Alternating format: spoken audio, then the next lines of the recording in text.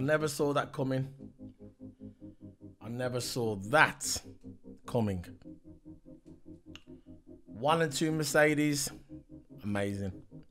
Amazing.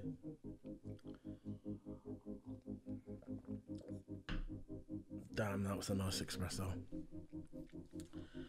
And I need that espresso. I really do. I'm so tired. And I was in two minds of doing this video. We know the Grand Prix in Mexico. We know the Mexican time is so many hours behind the Europe time. I'm from the UK, by the way. But I knew this coming in. But it doesn't matter. It is what it is. It is what it is. Now, this week I've been busy trying to get my gaming channel. I've got a gaming channel on Twitch. I stream on Twitch. I stream F1 and I stream Assetto Corsa. That's what all I stream on Twitch, and I will continue to stream on Twitch. I've been with Twitch for nearly 4 years, and I'll continue, and I'll never stop streaming. I love it. But that's what I stream on Twitch, F1 and Assetto Corsa. Now, on YouTube, I obviously do my F1 reviews, which I've been doing for 4 years, and I'll continue to do my F1 reviews because I love doing them, because no one's more real than me. There's certain streamers out there, there's a lot of streamers out there that can't say what they want because obviously they're sponsored now. They got big sponsors behind them. Now they're kissing the boss's ass. Not me. It's never gonna happen. And even if I do get big, I'm still gonna continue to voice my opinion. You'll see if I continue, when I do get big, when that day does happen, you'll see I'll continue to voice my opinion. I'll never change. I'll never change my opinion. I won't kiss ass because someone's sponsoring my video or give me some, like, sponsoring some sports brand video. If some sport brand comes along and says, look, will you sponsor me for this, sponsor me for that? I'll go, sure, I'll do it. But I'm not going to change my opinion. I'm not going to change my attitude when it comes to doing my F1 reviews. Because I've been doing this for 4 years and I've nearly got 1K subscribers. 1K. And I've been doing this for 4 years. Most people would walk away and say, you know what, I don't want to do this anymore. I've been doing it for 2 years. I've only got a few subscribers, but not me. Not me. I come from a different cloth. I am a hard worker and I will continue to work on my YouTube channel and Twitch channel. So on YouTube, I do my F1 reviews, and on Twitch, I stream F1 2021 or 2022, whenever it comes out, and Assetto Corsa. That's basically sim games on Twitch. Now, I'm launching another channel, which is going to be on YouTube, but it's going to be for gaming only. I won't be streaming F1 on my YouTube channel. I won't be streaming Assetto Corsa. I'm going to be streaming Call of Duty and FIFA. It's a new gaming channel. It's called Solo P1 Gaming. All the links will be in the description below, so you can go over to there, subscribe to me on there. If you like Call of Duty, you like FIFA, that's where I'm going to be on YouTube. Solo P1 Gaming. Now, enough of that plug-in now. I'm going to get onto this. Now, we have 5 races left. We have Mexico, Brazil, Qatar, Jeddah, and the last one, Abu Dhabi. Now, Mexico, if you listen to my qualifying review for the USA Grand Prix and you hear my race day review, I said to myself, if Lewis Hamilton does not win Mexico, it is over, in my opinion. It's not looking good for him. Now, I never ever thought that Lewis Hamilton and Bottas would ever get a 1 and 2 here. My pick for this qualifying was Sergio Perez. Sergio Perez. It wasn't Lewis. It wasn't Bottas. Bottas was way down the queue. Bottas was 8th or 10th. I never thought Bottas would even get in, not even top 6. Never. Never. I thought Gasly would beat him here. Lewis, I never thought Lewis was going to get in the front row. Never. My pick for the front row was Perez, and Max Verstappen. I never ever thought that there was going to be a Mercedes 1 and 2. Never. And today, that shocked me. That shocked me. Even before the practice, coming into this weekend, I thought, Red Bull track. This is a Red Bull stronghold. This is the exact words I said on my last video, the USA Grand Prix. This is a Red Bull stronghold. Never in my wildest dreams I would ever have thought I would have saw Valtteri Bottas and Lewis Hamilton 1 and 2 in Mexico to start the race for tomorrow. Never. Well, it's today now because it's past midnight. Never. But they did. Now Mercedes, I don't know if they had a secret package hidden, like some whatever that, or there was rumours in the week that they was having a new suspension at the front of the car to help with the corners. That's obviously helped. I saw that on some website, and if they have put that into the car, that's obviously helped. Max Verstappen was 3/10 behind Mercedes. 3/10. Now you can blame it on the incident with Tsunoda. With Tsunoda locking up on the last sector, compromising Perez's lap. But if you look at the times before, Perez weren't up on Mercedes. Mercedes was still up. You had Max Verstappen, he had to stop because Perez was in front of Tsunoda. That compromised his lap. But again, if you look at the times, you go back and watch the qualifying, Mercedes was still up. Mercedes was still up. Bottas and Lewis Hamilton was still up. Now, that's put a spanner in the works. I never thought that they would even come close. Now you got 1 and 2 Mercedes. When you watch the practice yesterday, when I was doing the quali runs, Mercedes, the only time that was ever fast is in that first part of the track when it starts. It's got the longest start track of the season. Obviously Baku's got the longest straight, but when Baku starts, it's halfway to the first corner. But with Mexico, where they start, they've got the longest straight down to the first corner on the calendar, and that's where Mercedes was at the fastest. But around the other corners, they were everywhere, understeer, everywhere. They were nowhere. They got their speed from the first straight. Red Bull made up in the other corners. But today, in this qualifying, even in Q1 there was nowhere. Q1. But as soon as Q2 came, they put the medium tyres on. Mercedes, the car unlocked. This is what Toto said. It unlocked the potential of the car. But was the potential always there? Did Mercedes pull a blinder? Did they pull a rabbit out of a hat, as they say in the UK? Did they? Did they always have the speed? They kept quiet. They probably saw They probably saw Red Bull in the USA, which they should have won, but they never, because they got beat by strategy and their mistake by giving Bottas that penalty in USA. They shouldn't have done it in the USA. They should have done it here. And still, in my opinion, still should have done it here, because Lewis would have won that race. If Lewis and Bottas was up there 1 and 2 in USA Grand Prix, Mercedes, in my opinion, would have won that race. But obviously, that was 2 weeks ago. This is now. Now we've got a Mercedes 1 and 2. And it looks like the way they're talking, they always had the speed. But now they've unlocked the potential. I'm telling you now, when 2 weeks ago, when Red Bull won the USA Grand Prix, Mercedes must, and the way they were celebrating, the way Christian Horner was talking, it's like he won the Grand Prix already. Even when he come into practice session this weekend on Friday in the practice session, practice 1 and 2, he's standing there with his hands by his side, Christian Horner, and the way he was standing there, the way his body language was, it's like he'd already won it. Now I've got to admit, after the USA Grand Prix, I said on my video, it's going to be hard for Lewis to win this title now. They might not even win the constructors. That's what I said 2 weeks ago, and I admit it. I'm not fake.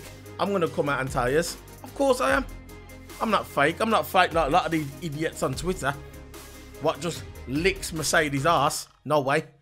I'm a Mercedes fan, but if they're going to do something wrong, and if I say something, I'll call them out.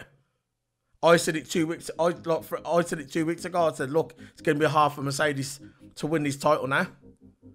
And I said at the beginning of this weekend, I think it's going to be a 1 and 2 Red Bull at qualifying, and I got proved wrong again. I got proved wrong again. I never thought, like I said at the beginning of this video, I never thought I would have ever seen 1 and 2 Mercedes here in Mexico. Never. And it happened. Lewis Hamilton and Valtteri Bottas. Bottas, amazing. That he surprised me the most. Bottas, in the last couple of races, hasn't been there for Mercedes. When I was looking at Bottas, I was thinking to myself, he's got 1 foot out of that team. Why should he bother? Why should he help Mercedes? Why should he help Lewis Hamilton? Why not? I mean, why should he? But he did today. Showed his stuff. And this is why I still think that maybe they should have kept Bottas just another season. But it's happened now. Russell's going to Mercedes and Bottas is going to Alfa Romeo. But today was amazing. That was one of the most greatest qualifying in the last 2 years. And I'm not just saying that. It was the most shocking qualifying anyway. Put it that way. That's probably the words I want to use. It was the most shocking 1 and 2 I've ever seen for the past couple of years. Because that was this track, this qualifying had Red Bull written all over it, 1 and 2. I thought Perez and Verstappen second, front row. I never said he was going to win the race. I just said qualifying. Now, Toto's coming out and saying now that Lewis might not have to take a penalty for the rest of the season. Now, a couple of weeks ago, Toto was coming out and saying, yeah, he might be able to take one. You had rumours, you had the geeks online, the typical F1 geeks coming out and saying, you know what, Lewis is going to take a penalty. Lewis is going to take a penalty. I said on my video 2 weeks ago, if Lewis does take a penalty, because I never heard it from, I heard it from, there was rumours on in the F1 community. They said they were saying it on Sky Sports F1 that it's most likely, even Karun saying it, stupid geek Karun, Paul di Resta 1.0. He's just picking up from what Paul di Resta said a couple of weeks ago. Take out Karun, put Paul di Resta to the same person. They're both the same person, Karun and Paul di Resta. They both lick Red Bull's ass. They will continue to lick Red Bull's ass. At least with Paul di Resta, you know he loves Red Bull. And he's not ashamed of admitting it. But Karun, he was making out that he was on the fence. He was making out that he was actually doing his job as a journalist, not biased. But 2 weeks ago when we saw the video, when they was getting interviewed after Red Bull won the race in USA, you saw Karun with his friend from Red Bull doing a little talk, doing a little chat, hugging each other. But when he saw the camera, he moved away from the camera. If you go on my Twitter feed, you'll see it. Go on my Twitter feed 2 weeks ago and you'll see it. At least with Paul di Resta, you know where he stands with Karun. Very crafty. Very crafty. I'd rather someone come out and say, you know what, I like Max Verstappen. If you like Max Verstappen, you like Max Verstappen. Don't make out that you're not biased. Don't make out that you're not sitting on that you're sitting on the fence, and really, you're not sitting on the fence. The only fence you're sitting on is Paul di Resta's fence in Monaco. Because both of you are the same person. Mr. Karun, you fucking geek. But at the end of the day, the qualifying was I was shocked. I was shocked. First time in my life in a long time. I was shocked. So we've got the results coming in. So we have got Bottas and Pole. Lewis Hamilton 2, so the basic they lock out the front row. And then you've got Max Verstappen in third place. Third place. And Max was pissed off. I think he called Perez an idiot. The commentator says, Crofty said, it's not the first time he's called someone an idiot. Yeah. Great role model he is, any Crofty. Great What, Crofty? Why don't you just do your fucking job, yeah? and tell it how it is and say he's a fucking geek, inept, degenerate. Why don't you just come out and do your job instead of soft talking? Why don't you just come out and call him a fucking geek? Max Verstappen, you degenerate for calling someone an idiot. Why don't you just do your fucking job? Crofty. Instead of laughing like some stupid chimpanzee, because that's what you sound like. And why don't you go to the fucking gym and lose that fucking guts? I know that you own a pub and I know you do all that, whatever you do, yeah. Just, you're on TV. You're an Englishman, you're representing this kind of... You're on Sky Sports F1 UK. Do your fucking job, yeah, and lose that guts. And stop talking about food in practice every minute. You're always talking about food. Oh, I like them kebabs I like them tacos in Mexico. I like them kebabs here and there. Do your fucking job. And call it how it is. Max Verstappen is a fucking degenerate. He's a child. Calling his teammate an idiot, and he did call his teammate an idiot because he's the one who stopped him from getting his fast lap. He wouldn't have got fast lap anyway, but he's the one who stopped his lap. Again, but it wasn't his fault, it was Shinoda. Another Red Bull geek. So next time, Crafty, come out on the news, come out on the TV and call it how it is. The same way you call Mazepin when you call him Mazepin, you try and take the piss out of Mazepin. Say Mazepin spun, Mazepin spin, spin, spin. Just call Max Verstappen a geek and say, look, he's rude. He shouldn't be talking about drivers that way. Right? He just stop being rude. Just call him out. Say something. Don't just turn around and say, oh yeah, that's not the first time he's called some other driver an idiot. Because he's an inept geek. And I'll never stop saying it. I'll always continue to say I'll never like the guy. The guy's got no manners. He's got no respect for other people. He's just an inept geek. Max Verstappen, and the next time, Crafty, call him out. Do your fucking job. That's where Max Verstappen belongs, on Lewis Hamilton's balls. That's all he's good enough for. To rest on his balls. There you go. But at the end of the day. So, these are the results, the final results there. So now you got your pole sitter, Valtteri Bottas, you got Lewis Hamilton, you got Max Verstappen on Lewis Hamilton's balls. There you go. So they're the results, and it's going to be an interesting race. So I still look 1 and 2 Mercedes. Yeah. If Mercedes get through the first couple of turns unscathed, we know Bottas is going to do the job. That's if Lewis doesn't take him in the first corner first. If Lewis Hamilton takes Valtteri Bottas in the first corner, yeah, and Bottas can hold second, and obviously the pits are decent, they could win the race, but do not write off Red Bull. Do not write off Red Bull. You got Max Verstappen in 3rd place, and you got Perez in 4th place. You cannot write off Red Bull. Don't write off Perez. Perez might be in 4th, but you can't write off Perez. Perez is in his home country of Mexico. Perez is a king in Mexico. People walk down the streets.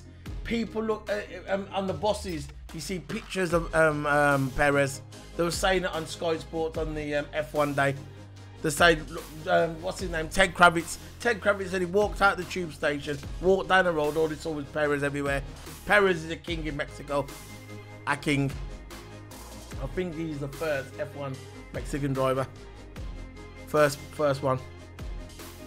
And do not write off Perez. The hunger of Perez. You know Perez is on form. You can't write him off. Not at all. So at the end of the day, we've got all them guys there. It's going to be an interesting race tomorrow. Who's going to win? I don't know. It's going to be an interesting race tomorrow. And yeah, Mexico, there it is, the Bottas with the pole. It's got, I like that layout they got there and there. It's nice that is that map. They got on the track, they got like a dragon on the corner. It looks, you know, Mexico, very colourful country, very seems to be nice people. I don't know a Mexican, but it looks like a country maybe I'd want to go one day. Actually, I'll definitely go one day. And it looks amazing, Mexico. Lovely weather. They've got, to me, they've got the best podium in Formula 1. People say it's Monza. Nah, it's not Monza. Not at all. It's Mexico. Mexico has got the best podium. When you'll see tomorrow, whoever wins that Grand Prix tomorrow, you're going to see that podium. How big it is. Or we've got the music in the background. They've got live band. When one year you had Kimi Räikkönen when he was on the podium. I think he was second or third. When he was with Ferrari, you had the live band behind him, dancing and singing lively. It's the best podium in Formula 1 by far. Monza's good, but Mexico's better, in my opinion. And you're going to see all that tomorrow. That's a new addition to the track. That is them colours there. Absolutely amazing. So that's it, man. That's the end of the review. This is me, Solo P1 signing out. Don't forget to hit the subscribe button. It's going to be an amazing race tomorrow. Hopefully Max Verstappen, the dumbass geek, doesn't hit one of the Mercedes, which you can't really put it past Max Verstappen. Perez, you know, is more of a professional than Max Verstappen. To me, Perez is a better driver than Max Verstappen. Much better driver than Max Verstappen. Because Perez can pass someone without hitting them. That's the difference between Perez and Max Verstappen. Perez can actually pass someone skillfully without hitting them like Max Verstappen. So this is Solo P1 signing out. Don't forget to hit the subscribe button. All the links below on my new gaming channel, YouTube gaming channel, Twitch, and obviously my Twitter and my Discord. All links will be in the description below. This is Solo P1 signing out. I'm going to bed. See you later, guys. Bye.